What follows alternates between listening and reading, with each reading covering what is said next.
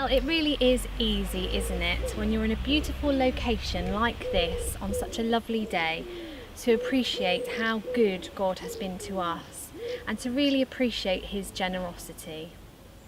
And of course, being a Christian, discipleship and generosity really do work hand in hand. But what does the word generosity mean to us? Well, I went out just onto the cathedral green and I asked some people, what does the word generosity mean to them? And here's what they said.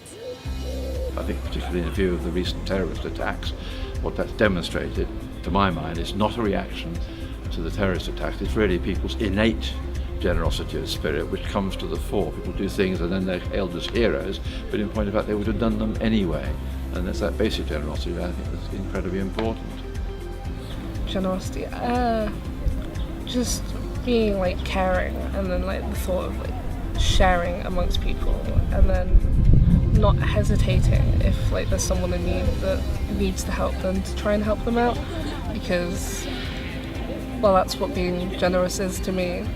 Well, generosity is it's giving, isn't it? It's giving, and being generous doesn't mean the amount you give. Like in the Bible, it's got the widow's mite. It's only a little bit, but to give what you've got and to give from the heart, and rather to give things from the head and say that I'm a good person because I'm giving this thing. That for me means generosity, I suppose. It's available to you. I don't know. Help people well off, like less well off. Sorry. So if you're greater well off in the, I don't know, in money, helping people that aren't. If you're more financially stable than someone else. That's the word I was thinking of. I suppose it's doing what's not expected. I think like nowadays people are so caught up in their own little bubble with like being on their phones all the time and something like that, and headphones in and stuff like that. People don't really like take time to like look at other people's situations and what people are like, how like struggle some people's lives are, and like so when people do like take the time to notice what someone's like doing and help them out in some way or another, it's kind of like it does impact you and you kind of notice it more than people just walking around like in their own little bubble. Can sort of be a chain reaction as well, because if you see someone doing something kind to someone else, then it may inspire you or whatever to do the same. Over the years, the God that I have come to know is a God who is generous. We see that reflected in Christ. Jesus didn't just feed the crowd, but he fed them so there was basket after basket after basket left over.